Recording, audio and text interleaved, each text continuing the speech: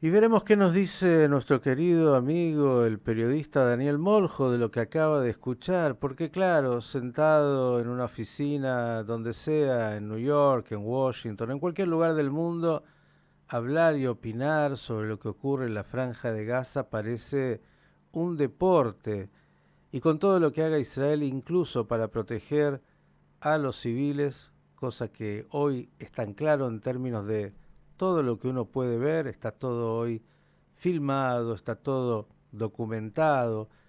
Ayer veía imágenes de cómo se llevaban de Israel incubadoras para poder trasladar a los bebés que son utilizados como escudos humanos, así como usted lo escucha, no es algo que no se sepa, lo ha documentado el ejército de Israel hace años, pero especialmente en esta guerra, y a pesar de eso, como le digo, el deporte de hablar mal de Israel y del ejército de defensa, incluso frente a esta organización paramilitar terrorista que es el Hamas, que no responde a ninguna ley internacional, es lo habitual.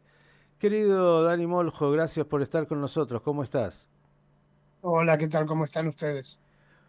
Muy bien, hay que decir, aunque mientras esté esta guerra y mientras esté todo esto dando vuelta con estos niveles, entre otras cosas, de antisemitismo, hay que decirlo claramente, que hoy tiene esta nueva cara con el antisionismo, bueno, estamos como estamos. ¿Qué nos contarías, Dani, actualizándonos de cómo va este día 39 de esta guerra? Como cualquier otro de estos días, ¿no? Cada día empieza, digamos, de la misma manera, se va desarrollando. Hace poco hubo una alarma en Eilat, por ejemplo. Se está viendo si los Houthis de Yemen hicieron algo esta vez. El norte por ahora hoy está tranquilito, pero por lo general empieza eso a las 5 o 6 de la tarde cuando Hezbollah empieza a moverse. Y con respecto a Gaza, bueno, el ejército de Israel está en forma profunda en Gaza, ya prácticamente está en la puerta, ¿no? del hospital Al-Shifa de la Franja de Gaza. Ayer, a eso a las 11:30 de la noche, el vocero del ejército, Daniel Hagari, presentó por primera vez lo que lo que era adentro, el subsuelo más que nada del hospital Rantisi. Rantisi, para el que no lo conoció, fue el segundo del creador del Hamas, Yassin, que también fue liquidado por Israel en su tiempo, y mostró lo que era el subsuelo, donde había claras pruebas de que varios de los rehenes los tenían allá, hasta encontraron alguna mamadera. Se habla de que quizás una de las mujeres secuestradas dio a luz ahí mismo, en ese hospital. O sea, la cantidad de armas, de armamento, de municiones y todo lo que se encontró allá abajo. O sea, todo lo que tenía Israel como inteligencia, como cosas que parecía saber, resultó ser realidad. Así que uno no quiere pensar lo que es el subsuelo, donde está el centro neurálgico del Hamas en el Hospital Shifa, que es lo que se calcula. Y por supuesto, el Hamas, por su lado, haciendo una guerra psicológica con el video tétrico que propagandizó ayer sobre la soldado Noah Marciano, donde se la ve unos minutos hablando dónde está, dónde se encuentra, y después se corta y se pasa a la imagen de ella muerta, donde el Hamas dice que ella murió por los bombardeos de Israel a Gaza. O sea, algo que pegó mucho acá en Israel, pero se sabe que algún día eso iba a pasar. Ese tipo de guerra psicológica el Hamas le encanta hacer. Acá se sufre mucho. Es uno de los últimos cuerpos fue identificado, de la canadiense Israeli Silver, que fuera siempre siempre se movía mucho, ¿no? Por las mujeres de Gaza y todo, se reconoció el cuerpo. más o menos la cantidad de gente que fue asesinada bajó de 1.400 a 1.200 más o menos. Se va a terminar la cuenta cuando se terminen de identificar los cuerpos. Y bueno, vamos a ver qué pasa estos días, ¿no? Si la presión que está haciendo el Biden, que está haciendo Europa, si va a dar fruto o no va a dar fruto. El mismo Biden, la administración de Biden está dividida en un 50% más o menos, lo que están de acuerdo la política de Biden con Israel o no. Se calcula que de acá 2, 3 semanas se va a saber para dónde vamos. A ver, Dani, pongamos un poco de orden para el oyente que está, bueno, siguiendo, pero que no está en la crónica ni tiene el cuerpo puesto ahí en Israel. Cuando hablaste de víctimas y hablaste de esta chica, Noa Marciano, es una chica de 19 años, soldado, que había grabado un video a los 4 días de estar ahí de rehén. De alguna manera tengo la impresión de que todos o la mayoría de los rehenes, aquellos que obviamente tienen la edad, no los bebés que todavía no hablan, pero también los habrán filmado, les hicieron o los forzaron a grabar un video como este que vimos, donde ella dice su nombre, su número de DNI o de cédula de identidad, el nombre de los padres, Ujú. y luego aparece ya muerta, como dijiste, la utilización de los rehenes. Respecto de esta mujer de origen canadiense, Silver, como dijiste, una mujer activista por los derechos de la mujer en general, de las mujeres beduinas, de las mujeres en Gaza, una mujer muy comprometida y que aparece en la lista de víctimas. Y esto lo traigo por lo que dijiste al final respecto de que no serían 1.400 sino 1.200 las víctimas. Y entonces la gente dice, pero ¿qué pasó? Acá en un momento dijeron una cantidad, después otra.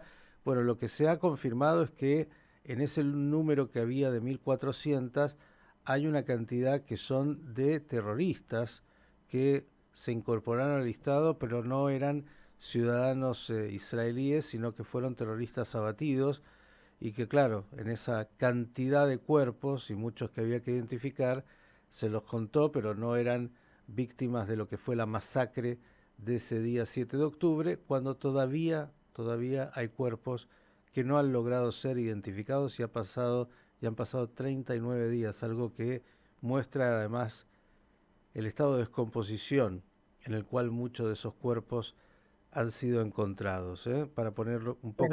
El estado de lo que hicieron, de la carnicería que hicieron prácticamente, ¿no es cierto? Así es. Mañana voy a estar, te cuento esto a vos y a la audiencia, en un encuentro donde se va a mostrar toda la imagen completa, cosa que se le muestra solo a algunos periodistas y a también funcionarios de los gobiernos, porque bueno, son muy fuertes y lo único que se intenta es no mostrarlas públicamente, aunque ya han trascendido, sobre todo por un tema de sensibilidad con los familiares de las víctimas que no tienen por qué sufrir doblemente también ver cómo sus seres queridos fueron eh, asesinados de una manera tan cruel y tan terrible. Pero bueno, hay que verlas para entender la magnitud de la barbarie de ese 7 de octubre. Y respecto de Eilat, dijiste, bueno, pasó, ¿no? Bueno, Utíes, la gente dice, no, no, si también de ahí caen o algún misil que es interceptado, algún dron,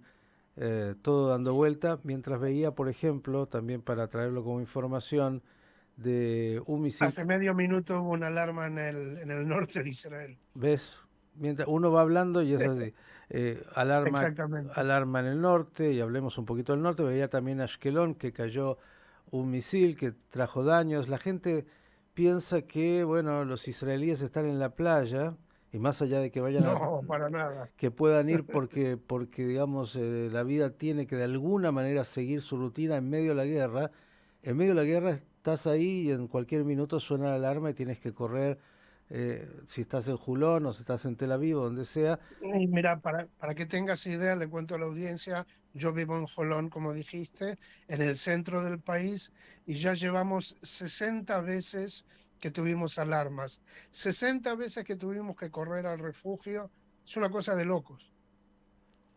Bien, esto que has dicho es tan importante porque el que cree que Israel no solo es el agresor, todo lo que, bueno, algunos en su ceguera pueden decir, seguramente piensa que los israelíes la pasan fantástico y los israelíes vienen viviendo el asedio misilístico del Hamas hace años, años de años. Claro, no siempre tiraban el centro del país, por ahí algunos estaban más cerca de la frontera y eran los que tenían que correr todo el tiempo. Esto no es lo normal para ningún país del mundo y si alguno piensa que su país no reaccionaría y no haría una operación militar para poder, bueno, justamente resolver esta situación, seguramente vive en otro mundo y lo que en realidad hay es, como dije en el principio, ese antisemitismo histórico que siempre dice, bueno, no, no, los judíos no están para defenderse, los judíos están para ser víctimas. Dani, dijiste norte, la frontera norte con Hezbollah también está bastante calentita y nada, nada atractiva, muchos desplazados. ¿Cómo sigue eso? Sigue igual, lo que pasa que nuestro amigo Nasrallah sigue tirando la cuerda. La cuestión es si esa cuerda se va a romper o no, o se sigue estirando, porque Israel hoy en día la política es concentrarse en Gaza y estar y ver en el norte, digamos, aguantar, ¿no es cierto? Pero ya hay mucha gente que dice no tiene ningún sentido aguantar porque si no, la gente que dejó el norte para irse al centro, dejó sus casas, no van a volver. Es lo mismo que el sur, la gente no va a volver ni al norte ni al sur si no se terminan con esas cosas, teniendo a Hezbollah al lado de la casa.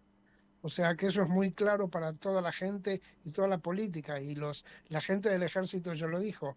Israel hoy no ataca a Hezbollah principalmente porque es una política del gobierno, no por otra cosa. Si le dan la rienda suelta al ejército, en este mismo momento se levantan los aviones y van a destruir a Beirut como destruyeron a Gaza. Eso que quede claro. El gobierno por ahora no quiere abrir otro frente, digamos, de par en par a la guerra, pero y por ahora se está aguantando hasta que o que se rompa la cuerda o se rompa alguna otra cosa. Me parece humildemente desde este lugar un comentario al respecto. Bueno, la franja de Gaza ha sido en los últimos 18 años eh, dominada por Hamas, tanto en lo político como en lo militar. Ayer veíamos esta fotografía de la brigada de Golani justamente en el Parlamento de Gaza, ahí Ujú, donde el Hamas además hacía supuestamente política. Y estamos hablando de que los responsables de la franja de Gaza es el Hamas.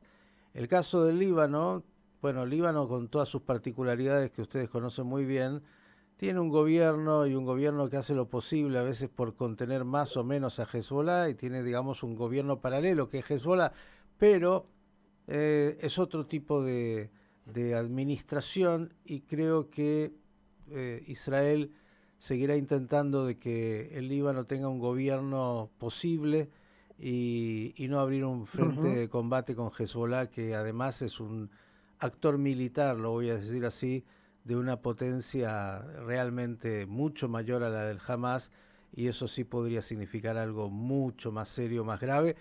Y entiendo que los libaneses, es decir, los que están en el Líbano, seguramente harán lo posible por contener a las fieras del Hezbollah porque no les conviene a ellos tener que vivir esa tragedia que es una guerra de esa envergadura. Pero visiones, como decís, de...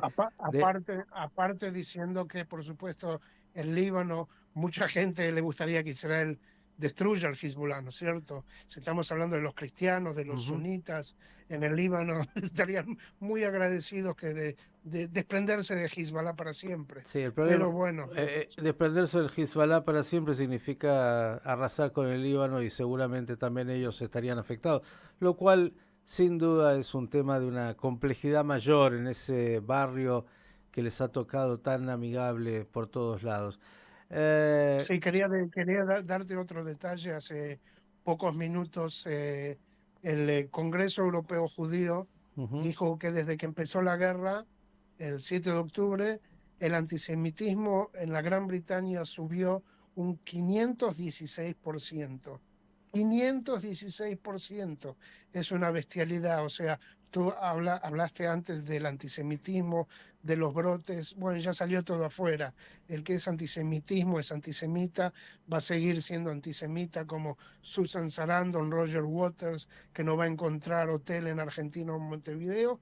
Y por supuesto, hay que tener en cuenta la ignorancia de la gente, porque el que realmente mucha de la gente, la que sale a protestar a las calles de Londres o París, o son musulmanes o porque son ignorantes. Esa es el último detalle, ¿no es cierto? No hay otra explicación.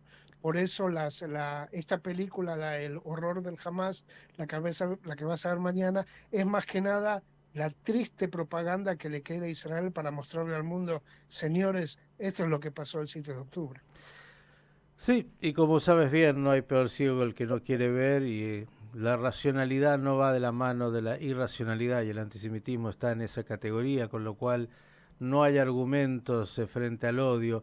Quiero agregarte, ya que hablaste de el Congreso Judío Europeo, también algo que tiene que ver con los líderes europeos. Eh, Estamos hablando siempre de la guerra, estamos hablando, todo finalmente se vincula. Ayer justamente también trajeron una declaración de condena al Hamas por la utilización de los hospitales y de los enfermos en los Exactamente. hospitales como escudos humanos. Esto, la Unión Europea, los representantes políticos de Europa teniendo las cosas muy claras.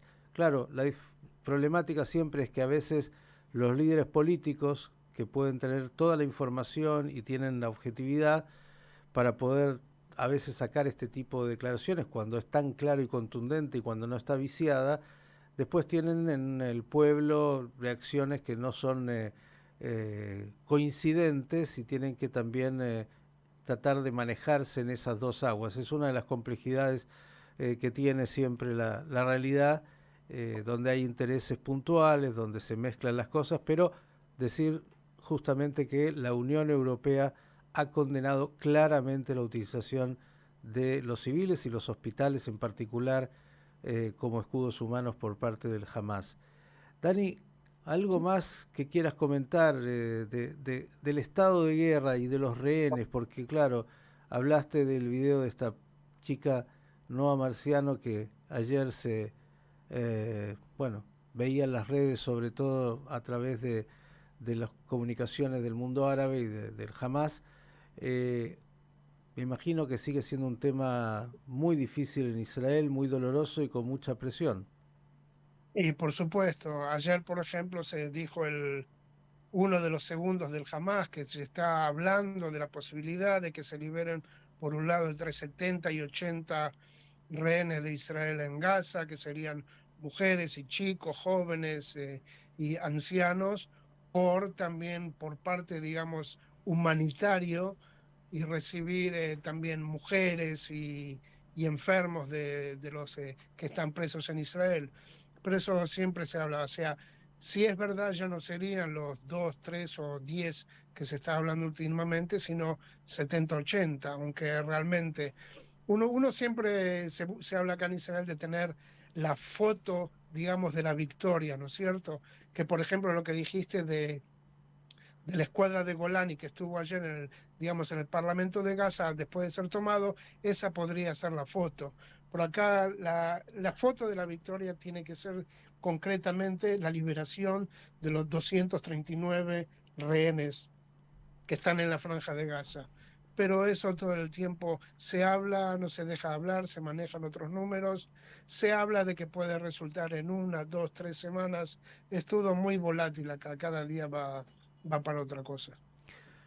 Querido Dani, agradecerte como siempre por esta crónica, contarte que ya estoy trabajando en lo que me has pedido, hay que hacer de productor también.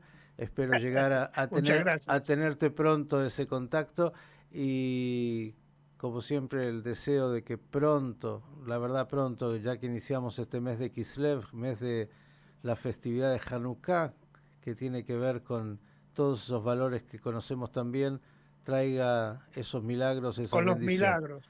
Milagro, luz, bendición, y hablaste de educación y tiene mucho que ver con la educación también. Así que gracias como siempre, línea abierta y buenas noticias pronto.